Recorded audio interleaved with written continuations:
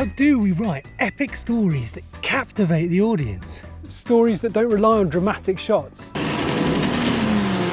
and sound effects to keep viewers hooked.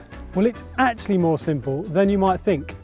It turns out that all stories, whether it's film, TV, a play, a myth, a fairy tale, they all share the same universal structure, and even each scene within each story shares the same structure too. What? I know, mate.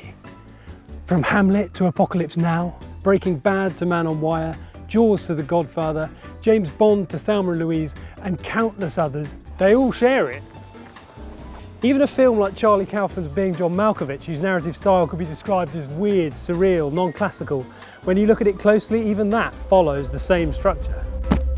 The simplicity of it has slightly boggled my mind, has left me disorientated, and partly comes from an awesome book I just read called Into the Woods by a well-known screenwriter, John York. So where does this leave us storytellers? It almost seems too easy. Just follow the structure and you can't really go wrong, right? Right. Well, kind of, but there's also some super important elements that your characters and the story must have in order for it to grip the audience. But first, let's look at this structure. You're no professional screenwriter unless you can name drop this dude, the 19th century novelist Gustav Freytag. After studying tons of fiction works, he noticed a common theme to their story structures and got it down on paper as an image known as Freytag's pyramid. This mirrors the 5-act structure which all compelling stories are shown to follow. In Act 1, we introduce the main characters and location. What are their needs, wants and flaws? Act 2 is the first conflict, and from that point, tension's rising. Characters are facing increasing challenges. Act 3 is a crisis point where the main protagonist must make key choices. Transformation begins. In Jaws, the midpoint of the story is when they leave the safety of dry land and go and fight the shark. Fear turns to confrontation.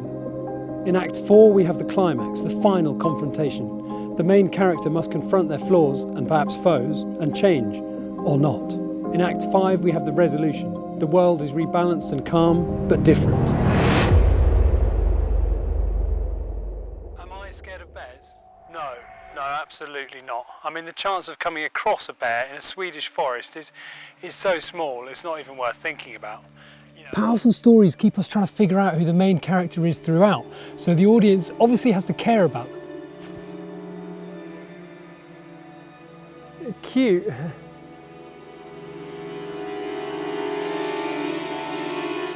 For any three-dimensional narrative, which is one where central characters are not defined by what they do, but more how they feel, showing their vulnerabilities and flaws is crucial. Humans have a powerful urge to understand others, how their minds work, and this is rooted in our ancient history.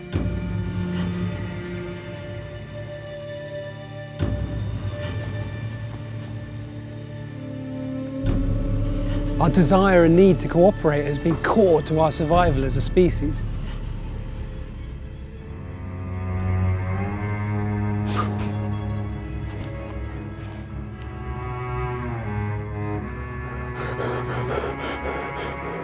Some sort of life change for our main characters to go through.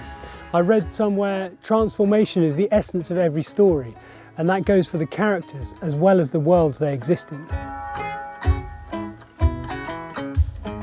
The old classic of entering a scene as late as possible and leaving as early as possible is good to have in mind, as well as Hitchcock's famous quote, "Drama is life with the dull bits cut out."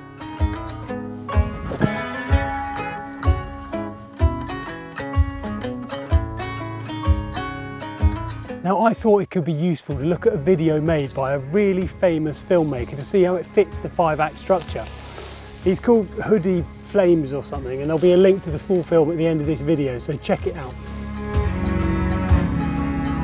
We open with a curiosity-sparking day-to-night dolly shot and learn that our protagonist, a British filmmaker living in Sweden, is reflecting on a big life change they've just gone through, having started a YouTube channel. We learn they have a family and loads of animals, cats, dogs, ducks and a beaver.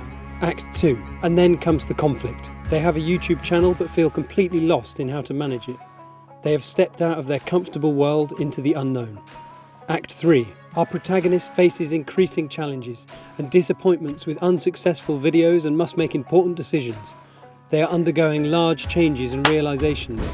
They are growing, learning how to exist in this strange new world. Act 4, Climax, the final confrontation. We hear about a video he posted which he had no expectations about, but get a sense that something big is about to happen. And it does. Act 5, the world is rebalanced, but changed. All 5 acts can include multiple stages. It's important not to look at the 5-act structure as a cage, more of a reflection of human nature. We think in patterns of comfort, conflict, growth, resolution. So when our stories copy that pattern, they just feel right and resonate, even if we're not consciously aware of why that is. Hit the like button if you enjoyed it and make sure notifications for this channel are turned on if you want that. And I'll see you in the next one. Laters.